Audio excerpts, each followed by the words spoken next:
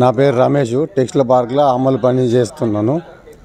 అయితే ఫస్ట్ ఒక 5-10 సంవత్సరాల కింద పని బాగా నడిచింది. అప్పుడు ఒక 100 కార్ఖానాలు నడిచేటివి. మాకు అప్పుడు పని చేతి నిండా ఉన్నది.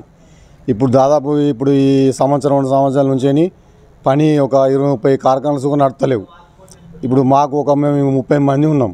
ఆ 30 మందిలో మాకు ఇప్పటి వరకు అయితే రోజు ఒక 100, 200, 300 ఇట్లా నడుస్తున్నది. ఇప్పుడు ఏదో మాకు పని లేకుండా దీని మీద ఆధారపడి మేము బతుకుతున్నాం. ఇప్పుడు ఇది బంద్ చేస్తే 6 తారీఖు నుంచి బంద్ చేస్తారట. మేము పని కోల్పోయి ఎక్కడ కానీ పరిస్థితులుగా చేరుతాం. కాబట్టి యజమానులు ఇది బంద్ కాకుండా యథావిధిగా నడిపించాలని కోరుతున్నాం.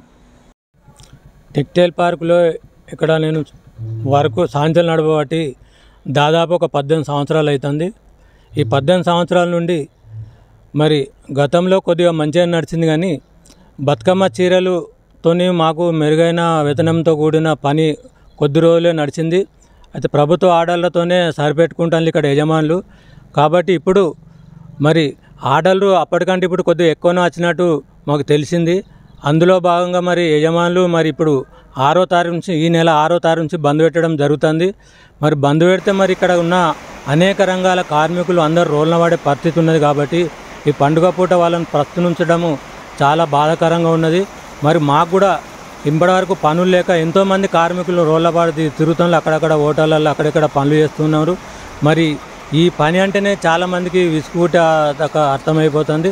కాబట్టి వెంటనే ఇక్కడ యజమానులు కార్ఖానాలు బంద్ చేయకుండా కార్మికులకు నిరంతరం పని కల్పించి వాళ్ళని ఆదుకోవాల్సిన బాధ్యత ఇక్కడ ఉన్న యజమానులకు ఉన్నది. కాబట్టి యజమానులు వెంటనే స్పందించి అన్ని రంగాల కార్మికులను ఆదుకొని మాకు కూడా ఆదుకొని కార్మికులకు నిరంతరం పని కల్పించే విధంగా చర్య తీసుకోవాలని ఇక్కడ ఉన్న యజమానులను నేను కోరుతా ఉన్నాను.